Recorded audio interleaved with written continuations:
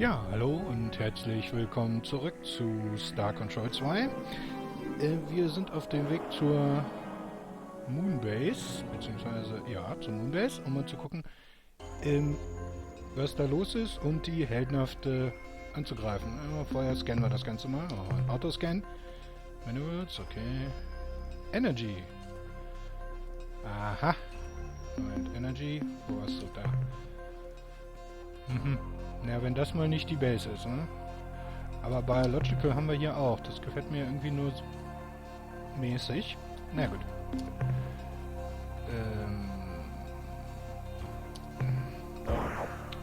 Ab zur Moonbase. Aha, was ist das? Haha, bist tot. Guten Tag, Herr Moonbase. Report from surface. We have discovered an alien base and have explored its interior. The installation must have been abandoned many years ago, but great care has been taken to make it appear active. Guck mal an. Life support systems are functioning, fusion generators are at full output, and robotic construction vehicles have been programmed to roam the lunar surface, bulldozing moon dust into random piles. In addition, we have found the installation's hyperwave locked in transmit mode, endlessly playing the same alien recording. Although we cannot translate the message, our xenotech Ensign Rigby believes the message is some kind of alert or mayday broadcast. The base is filled with useful materials and equipment.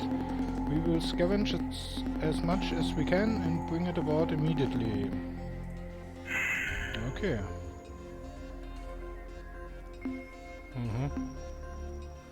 Oh, da können wir noch ein paar Sachen einsammeln hier, wenn wir schon mal hier sind.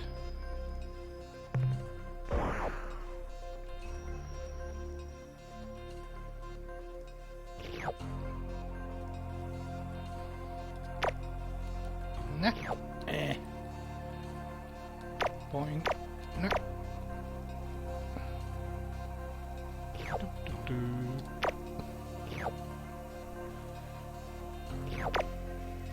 Machen wir ja eure ganzen Roboter kaputt, aber naja, so ist das halt. Ja, ich fliege ja schon zurück. Ach, reicht hin. Zurück zur Starbase und den Commander das mal stecken, dass der Moonbase irgendwie nichts mehr los ist. Das ist alles sehr mysteriös. Have you dealt with the base yet? Ja. Yeah, we attacked the Moonbase, completely destroyed the enemy. Nein. We found the base, but it was abandoned years ago. I'll be darned. Yeah. All these years we've been listening to their incoherent broadcast, and we never even guessed. Captain, listen closely. Long-range sensors show a ship closing on this station fast. Our computer identifies it as Ilrath, Avenger class. I think you've got a fight on your hands, Captain. Your best bet is to wait until you have point-blank range. Captain, it's jamming our signal. By the fetid breath of the Dark Twin Kazon, a human and an alien starship. How fascinating. Gleichfalls. When I intercepted that Ur-Quan drone and learned that an unidentified starship had approached Earth, I never expected to find such a remarkable vehicle in the hands of a human.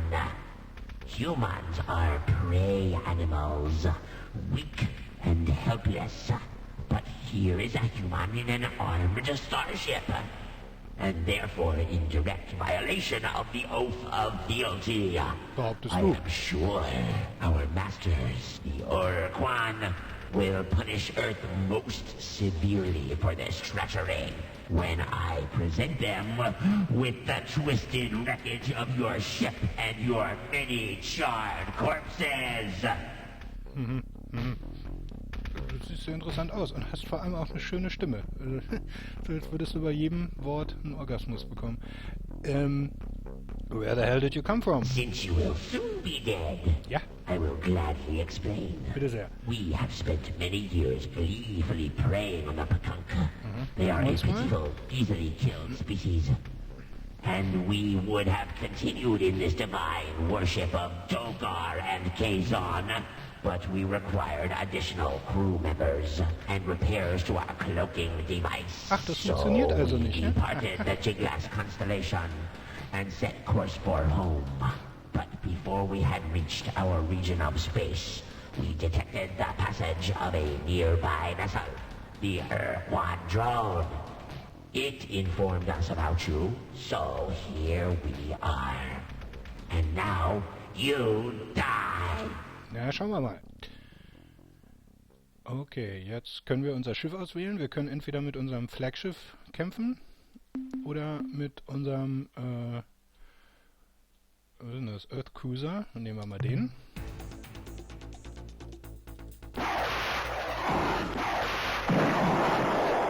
Das war übersichtlich. Gelobt seien Deckraketen. What a beautiful sight, Captain. I haven't seen an Avenger blown away like that since the battle in Draco. Ja. I guess you've shown that you can handle yourself in battle, Captain. So my last reservation about helping you has been dissolved. Gut, gut. I will commit this station to helping free Earth and defeat the Ur-Quan. We may get our atoms rearranged in the process, but by God, Captain, we're going to try. So the obvious first step is to get the precursor equipment and software over here so that we can make it work with our ship repair fabricators. Gut. But then what, Captain? You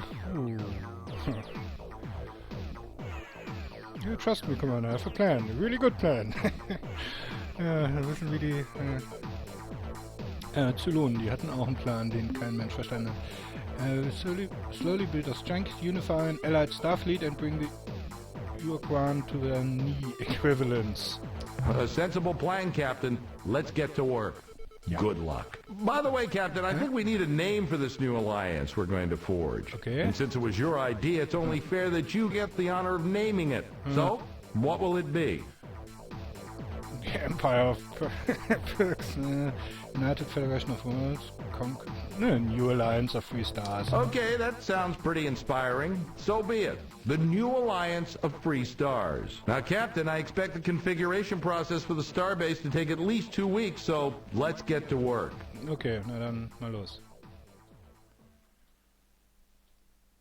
I have good news to report, Captain. We have successfully integrated the precursor technology from your ship into our fabricator system, and as you can see, we've already begun minor repairs on your ship, patching up some of the micrometeorite holes. We noticed that your ship does not have an emergency warp escape unit, so our engineers rigged up some for you and each of your escorts. Prima. Now, you should be able to escape from a bad situation with the touch of a button. But there is a cost, however. The unit gulps up 5 fuel units each time your precursor ship uses it. Also, we now have a limited capacity to make modifications to your ship, to refine starship fuel, to build additional combat ships, and to train new members of your crew for the flagship and any ships you acquire for your fleet. Okay. Captain, I know you're eager to get to work, so I'll be brief. If you have any questions how this starbase works, what resources we need, or just some background information on the galaxy, don't hesitate to ask. Before proceeding, I need some additional background Certainly, information. Captain. What do you need to know? Ja, alles. Would you elaborate on your facilities here? We can modify your precursor ship, build additional combat hast du schon vessels, and gesagt. supply you with fuel and crew. Okay. What can you do to enhance and modify Our your engineers and discovery? precursor specialists agree with the scientists from your world that your starship was designed to be a workhorse vehicle, which can be easily reconfigured for different missions by adding or swapping self-contained equipment packs, which we call modules. The modules we can build right now are thruster units, which make your ship move faster, attitude jets, which allow you to rotate the ship more quickly, crew pods, which provide life support facilities for up to 50 additional crew members, storage bays, which increase your ship's cargo capacity for mineral resources, fuel tanks, which hold an additional 50 units of fuel, dynamos, which feed energy into your combat energy batteries, improving your weapon's rate of fire. And last but not least, ion bolt guns, combat weaponry, the exact function of which depends on its location aboard the ship. When put in the first or front module slot, it fires a single shot forward. When put in the second slot, it fires 2 shots, spread to the left and right of center. When put in the third slot, it fires 2 shots directly, left and right. And when put in the last or rear slot, it fires a single shot straight backwards. Okay. Ja, also die Additional Crew Members, das ist ja hier ein schön zynisches Spiel. Unsere Crew Members sind quasi die Hitpoints unseres Raumschiffs. Also wenn wir getroffen werden, verlieren wir Hitpoints. Also Members. Und die können wir hier auch wieder auffüllen und wir können uns halt zusätzliche kaufen. Dann können wir schneller fliegen, wir können uns schneller drehen, bessere Waffe. Allerdings kämpfen werde ich, denke ich, mit dem Flaggschiff erstmal nicht. Das Problem bei dem Ding ist nämlich, wenn das kaputt geht, also wenn wir einen Kampf verlieren, ist das Spiel vorbei. Wenn wir eins unserer Begleitschiffe im Kampf verlieren, dann kämpfen wir mit dem nächsten weiter. Beziehungsweise, wenn wir keins mehr haben, dann mit unserem Flaggschiff. Aber wenn das zerstört ist, dann war's das. Ist ja auch ganz logisch, immerhin befinden wir uns ja auf demselben. How will I get fuel for discovery? Ja, dann fragen wir dich hier This erstmal base is aus. designed to serve as hierarchy ships. Fortunately, your flagship uses the same stabilized antimatter technology as hierarchy vessels and will be able to synthesize what you need. However, due to the size of your ship, we'll have to produce vast quantities of fuel, which will be a substantial drain on our resources.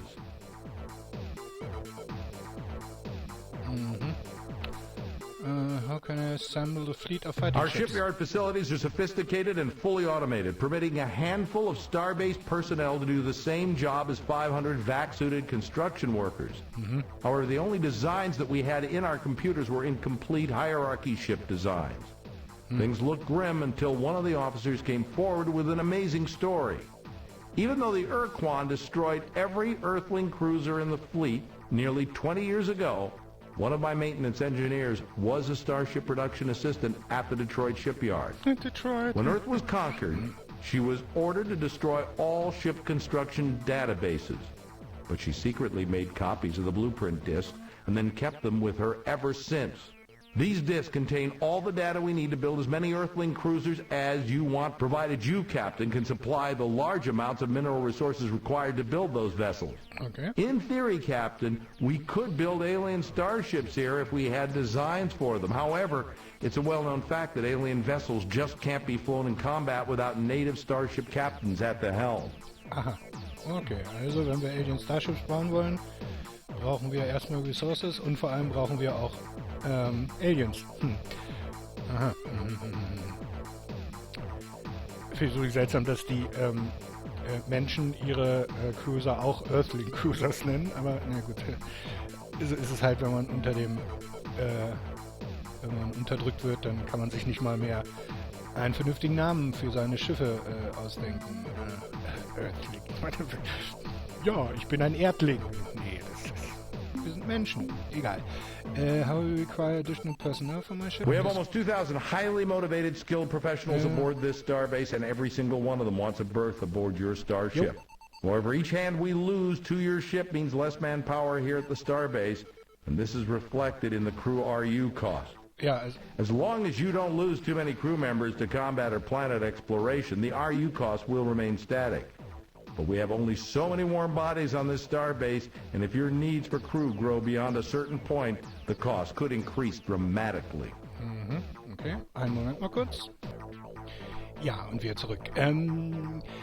RU. Wichtige Einheit, das ist Resource Unit, soll es, glaube ich, ausgesprochen heißen. Das ist vom Prinzip das Geld-Äquivalent. Also wenn wir irgendwas kaufen wollen, brauchen wir RUs und die kriegen wir halt unter anderem für Minerals. Oder wenn wir Schiffe verkaufen oder sonst was. Also das ist vom Prinzip die Währung. Would you please explain your resource allocation? As you know, Captain, we've committed the entire output of this station to building your flagship and your battle fleet into the strongest force possible. However, our resources are very limited, and we feel you must decide how we are to spend our effort and materials. To aid you in making these decisions, we have implemented a resource allocation scheme. We provide you with a numerical assessment of the station's resources and ascribe a cost to each task we can perform and each device we can build. It's up to you to decide how you're going to spend your resource units, or RU as we call them. Okay. To acquire more RU, you must bring resources back to the starbase. These resources can be either in the form of mineral ores gathered from planet surfaces or already refined metals and other valuable materials from the wreckage of enemy starships. Okay. What kind of resource? Also das ist vom Prinzip, erklärt er uns jetzt The hier most alles. straightforward way you can Spielmechanik, was ganz accumulate gut ist. resource units is to bring mineral ores back to this starbase. There are probably enough resources in just the nearby dozen stars to build your ship into a powerful battleship or to create a strong task force of combat vessels. I would also recommend that you build several additional storage bays. When gathering minerals, focus on cleaning out one star system at a time. This way you minimize the cost of travel through hyperspace. What use are Planet Lander's sophisticated lifeform analysis features? While I respect your search for abstract knowledge, frankly, Captain, in our present circumstances, I see little use for such data here. Perhaps you could make use of biological information elsewhere. Bin mir sicher. What else can I tell you? Okay, historical What data. aspect of history, Captain? I would like to know about the other starfaring races. Which group of aliens? Members of the Old Okay. Alliance. Which race? Oh gut, haben wir aber einiges zu erfahren. Na gut, fangen wir mal The an. Shofixti are a race of intelligent marsupials who had been civilized for only a few decades when the war began. They were discovered in the Delta Gorno star system by the Yehat, who adopted and then uplifted the Shofixti, giving them advanced technology and cultural definition. Shofixti are noble and fearless warriors, Captain. In addition, their incredible fecundity and rapid maturation rate kept Alliance rank solid even at the worst part of the war. You know, I once flew as an observer aboard one of their ships on routine patrol. We never saw the enemy, but I could never stop thinking about the glory device it had strapped to the bottom of its hull. Sorry, weiß, okay. Ja. The Yehat are a race of ancient warrior clans that have been traveling the stars for many centuries. Clans are highly competitive and sometimes even wage war on each other, but the clans are all loyal to the Queen and her royal family, known as the Veepzeeps. The Veepzeeps have been in power for over 2,000 years, and it is said that during their rule, the Yehat never lost a battle. I'd like to think I'm not a bigoted person, Captain, especially when it comes to allies, but there's just something about those Arilu that gives me the creeps. One thing I'll say for them, though, they possess some technique for moving really fast through hyperspace. They never let us know what it was, but sure beats the pants off our fastest ships. Okay. The Chenjesu were leaders of the Alliance, even though they refused to accept formally the title. I don't know if their silicon-based biology is just plain superior to our old carbon models, or if their fantastic intellect were the product of an ancient, peaceful culture. Whatever the reason, I'd rather be taking orders from a Chenjesu than any other life form, absolutely. One of the more amazing things about them was they never used hyperwave communicators. They could send messages naturally, and their natural hyperwave receptors were much more sensitive than even our best units. Okay. We didn't really get much of a chance to learn about those mechanical beings, but I'll tell you what I know. They're the product of a distant, unknown culture who sent a giant factory arc into our region of space many centuries ago. The Mother Arc, that's what the Earth Press called it, turned out millions of robots and finally broke down. I don't know why the Myrnaherm didn't repair the Mother Arc. Maybe they can't. My personal guess as to why they were sent here is that they're on the leading edge of a colonization project. And once the Myrnaherm have tamed enough new worlds, the genuine colonists, whoever they are, will arrive and claim their due. Most raw recruits on the Siren is nothing more than warm, breathing pin-ups. Warm they are, and yes, they do breathe most magnificently, but Captain, they are far more than simple joy units. The history shows the Siren established and maintained a peaceful culture from their Bronze Age through their discovery of starflight. Before their planet was destroyed in a horrible cataclysm, their world was an Eden. Herrlich. Ja, also wir werden dann vielleicht auch den Serene mal beim Einatmen zugucken können. Wollen wir hoffen, dass es animiert ist. What other group of aliens are you interested in? Schön formuliert, Commander. The battle thwarts in the hierarchy. Which species? Ja, schon wieder mit. Oh Gott, das ist The Mycons are hard to get a handle on. In fact, I'm not sure any human has ever had a real conversation with a Mycon. What we know of them, we've learned from their corpses, which, I may add, have a nasty habit of coming back to life when thawed out from a decompression quick freeze. Oops. Mycon ships seem to expend a significant amount of energy on life support. This is probably because the Mycon only thrive in temperatures close to the melting point of lead. As far as we know, the Mycon are the only race to actively seek out the Ur-Quan in order to become combat slaves. Imagine facing a cowardly, mobile clam armed with a howitzer, and you've got a good idea of what it's like dealing with a Spathi. Although they tend to avoid battles as much as their masters will allow, once in battle, a Spathi eluder is one tough cookie.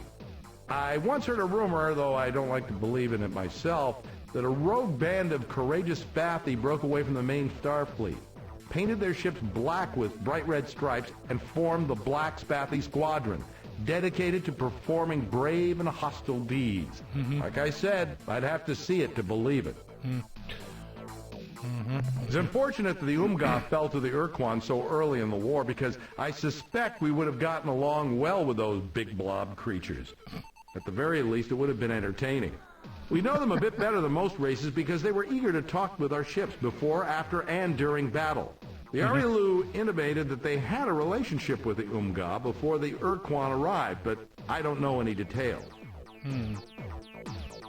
Okay. When I was flying combat missions along the Corward Front, there was nothing we feared more than the Androsith hit-and-run squadron.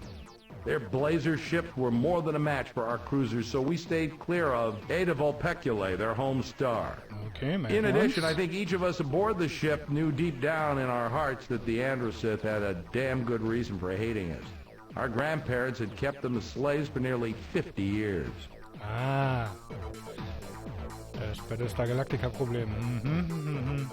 I still have nightmares about those spiders taking me prisoner, using me as one of their 6 sacrifices to Dogar and Kazon, their twin gods of destruction and torment.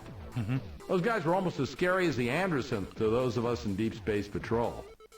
Their Avenger ships could appear out of nowhere and melt a cruiser down to slag in seconds.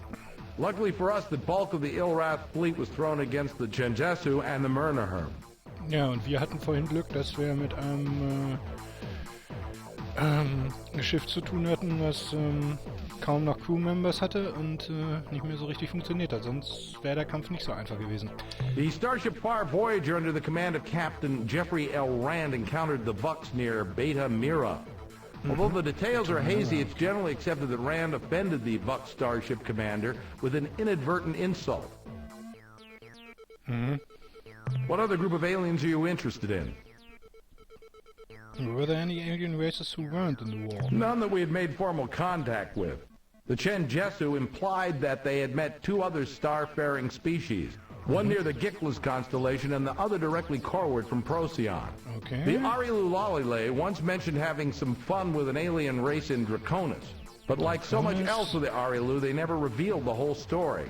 I'm sure there are hundreds more alien races in our galaxy, but beyond what I've told you, your guess is as good as mine. Ja, es ist eine Goldgrube für zumindest anfängliche Informationen, denen wir dann mal auf den Grund gehen können. Oder im Laufe des Spiels einfach auf den Grund gehen werden. Okay, gut. Would you like information on any other aspect of history? Oh Gott, was haben wir denn noch? What about the war? How did the war start? Earth got involved late in the game in 2112 when the Chenjesu arrived in our solar system for the first time. So let's back up a few years to 2098 when the Chenjesu super-sensitive receivers detected a strange signal from the Ophiuchi constellation. Though even the Chenjesu didn't know it, it was the first sign of the Ur-Quan's arrival. The Ur-Quan, having detected the presence of many sentient species, were beaming out an exulting hunting cry. The first direct evidence of the Ur-Quan's intent was the sudden conquest of the Umga, a solitary though not unfriendly species in the Orionis constellation. Chenjesu, distraught by the invasion, were further angered when the Ur-Quan turned their fleets on the hostile but weak Ilrath race. A hastily assembled defense force of Myrnaherm and Chenjesu vessels turned the Ur-Quan fleet aside, but the invader moved into Spathi space, rapidly subjugating that race. With each new conquest, the Ur-Quan fleet grew larger as it added slave vessels to its ranks. Earth joined the Chenjesu to form the Alliance of Free Stars at about the same time as the Androsynth stars fell to the Ur-Quan Armada. Before the ink was dry on our agreement with the Chenjesu in 2116, A new race appeared in orbit around the moon and asked for admittance to the Alliance. It was the Arilu Lalile. Timing seemed unusual, and the Arilu were definitely weird, looking like saucer men from Mars, but we were too busy cranking up our mothballed heavy industry that we really didn't pay it much attention at the time. What happened to you At the start of the war, here on Earth, we were working like crazy, churning out hundreds of heavy cruisers and smaller support vehicles. The Ur-Quan were busy too. Unbeknownst to us, they had moved down towards the Luton Star Group and were attacking the Vux, who only the Yehat knew existed. Our botched first contact with the Vux took place in 2119, and it was the biggest single mistake we made during the war. After defeating the Vux, the Ur-Quan fleets ran smack into the combined might of the Yehat and Shofixti, supported by the first wave of our cruisers. Again, the Ur-Quan turned away from the hard spot to attack the weak, though we just thought they were running away. In fact, the Ur-Quan had found another independent alien race, the Mycon, in the Brahe constellation. The Mycon's voluntary submission to the Ur-Quan brought the return of the Ur-Quan fleets, now swollen with 100 devastating Mycon pod ships. The last entrants to the conflict were the Cyrene, a race of space gypsies who had escaped the hierarchy by moving their vast fleet of slow-moving habitats into human space. With the side set, the last Ur-Quan offensive began. And how did the war end? The Ur-Quan came roaring through Vux space and tried to push past the India and Mira star systems. Their onslaught was barely repulsed, and our counterattack made hardly a dent in the hierarchy forces, but we held the line. The coreward front remained intact. Over the following 10 years, there were many great battles between the combined Alliance Starfleet and the Ur-Quan and their hierarchy of battle thralls. Then in 2134, a dramatic shift in the balance of power took place. This must have been about the time the science research mission was sent to the planet of Vela. Our fleets were pushed back from the Indy-Mira line beyond Raynet. Holding Rigel caused grievously in Chenjesu forces, and the Ur-Quan, recognizing this weakness, shifted to focus the brunt of their forces on Procyon. That was the last we heard from the Chenjesu and the Murnaher. A few weeks later, waves of ships hit us from all directions. When Ceres Station, our outpost on the asteroid belt, fell to the hierarchy, we knew we were beaten, but we fought on anyway. 3 days later, the Ur-Quan vaporized our last remaining laser forts on the moon, and the dreadnoughts took up geosynchronous position above Rome, Moscow, Beijing, Tokyo, London, Buenos Aires, and Washington. We'd lost the war, and we knew it, but the Ur-Quan decided to make it real clear, and that's why if you check any of our most recent maps, you won't find Buenos Aires. Okay. What happened after the war? After the UN submitted their formal surrender, we were given a week to decide the nature of our servitude. The Ur-Quan demanded that the decision be made through popular vote. When all the votes were tallied, Earth had chosen not to fight for the Ur-Quan. We had become a fallow slave world. We were given a month to withdraw all of our people and equipment to Earth. Anyone or anything left off-planet would be destroyed after the shield went up. Then the Ur-Quan broadcast an odd message. All objects of human construction more than 500 years old were to be abandoned. We didn't know what the Ur-Quan meant until they moved their dreadnoughts into new orbital positions and opened fire on the surface with their fusion weapons. In seconds, large sections of London, Paris, and other European cities were incinerated. At first, we thought they were going to annihilate us after all. And we noticed they were also striking such targets as the Giza Pyramids, the Parthenon in Athens, and Stonehenge. Curiously, the United States was almost untouched. The flaming rain lasted 40 hellish hours. It took days after we crawled from our smoldering shelters to realize what the Ur-Quan had done. Our new masters had targeted every building, monument, or other man-made construction older than 500 years and destroyed it. In those 2 days, we lost most of the history of mankind. In some cases, the Ur-Quan destroyed places we did not even suspect were significant. From their positions in orbit, the dreadnoughts blew away a kilometer of land in central Iraq, vaporized several targets in the Amazon rainforest, punched a big hole through the Antarctic ice cap to destroy something deep under the surface, and melted a broad swath of the ocean floor in the southeastern Atlantic. Then, just a couple of days later, the shield went up, and our contact with the outside world stopped. The next time I saw the stars was 8 years ago, when I was transferred up here to be the new commander of this starbase. Okay. Would you like any information on any other aspect of history? Ja, aber ich würde sagen, das machen wir beim nächsten Mal. Ja, dann sehen wir uns weiter mit mehr Geschichtsinformationen und dann nach diesem Tutorial werden wir uns dann mal auf den Weg machen, ein bisschen uns im Sonnensystem umzuschauen. Also, bis zum nächsten Mal. Tschüss!